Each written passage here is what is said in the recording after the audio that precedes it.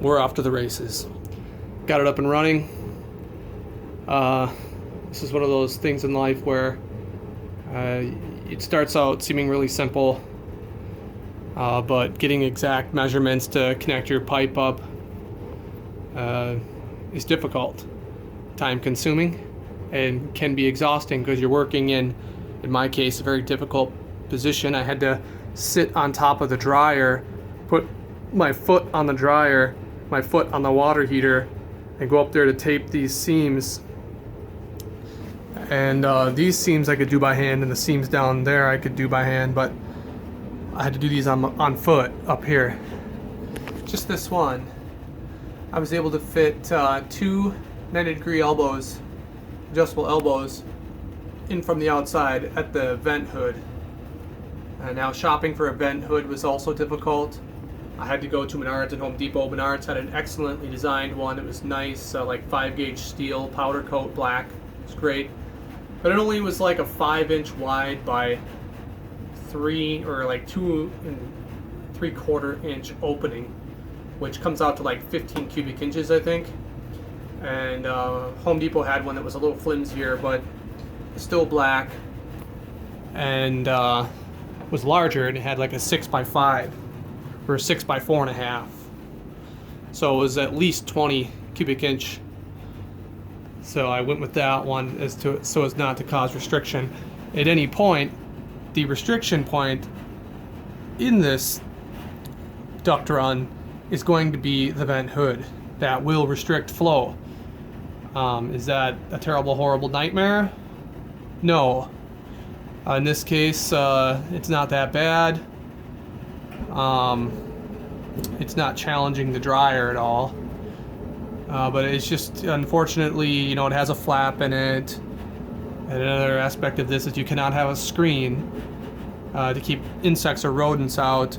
You have to have a screen-free, simple flap that operates off of, volumetric flow, the velocity of the air leaving the tube to push the flap open. Now that's going to ride against the outgoing air somewhat, but it's so light, it really doesn't come into the equation. And when it goes off, the flap closes. It's mostly airtight. It's not a absolute perfect situation, but it's really good. It's safe, and there's no particular spots at risk here in this case for lint buildup. The whole thing is solid. There's no flexible on here. The flexible, I had a fire inspector tell me that that burns down 10,000 houses a year. Obviously there's a lot of concrete around here, but where it goes out is wood. So you never know. You know what I mean? It's just an aspect to take into consideration. So in this case, I have no flexible tubing. It's all rigid. And I went with the 26 gauge, which is very sturdy.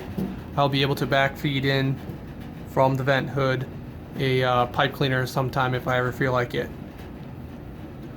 Fabric softener, moist air, lint from clothes can all make kind of a soup inside the pipe over 10, 20 years or whatever, you know what I mean? It's not something that you have to take care of. Chunks will blow out as they accumulate. But these are just insights in the total capacity and taking in the totality of what a dryer vent is about. And so you're not supposed to have any vertical runs in a transition space for like an attic or going outside, because it can condense. The warm air inside the tube can condense and create moisture, which is just galvanized, so it should stand up for a long time. But again, it's just another aspect to think about. So I have a smaller rise followed by the easiest swing that I could have done, which is a 45, I think, to get out of the house. That's the engineering challenge of this project. And all in all, it's great. Water can seep down to the bottom if that ever did happen, which it just won't. The water in here is in moisturous form, gaseous vapor, steam leaving, but the vertical section will capture that. So it's really just kind of an oversight, an over engineering insight in this application. This is not building the Eiffel Tower, but the horizontal run is great. The horizontal run is terrible. You never ever want a horizontal run. That will accumulate and build up, and as the proof as my old one was, that's what happened. This went straight up and then straight over, and that whole horizontal section was just full of lint.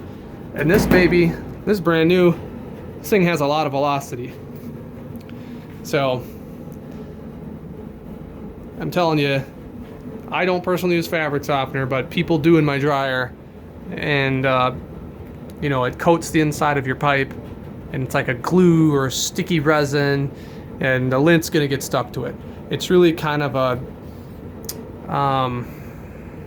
repugnant thing to do, but people like their clothes to smell all freshy fresh.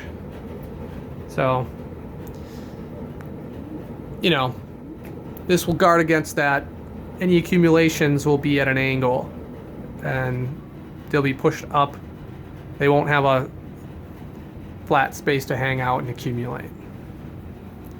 Now, a 90-degree bend adds 5 feet of pipe. A 45-degree bend adds 2.5 feet of pipe.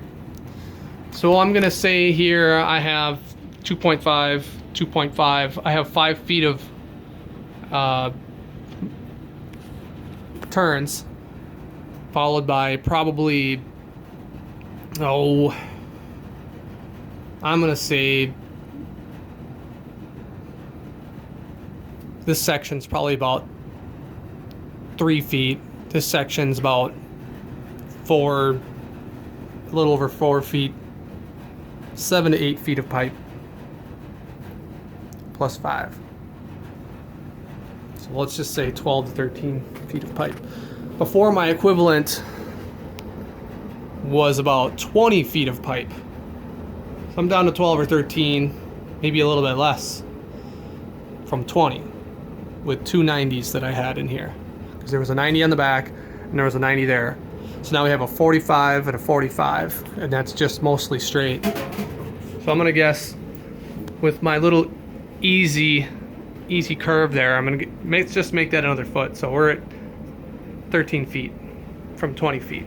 12 at the best, probably 13 at the most. So that's significant savings of flow. Go outside here and let's check out the vent hood.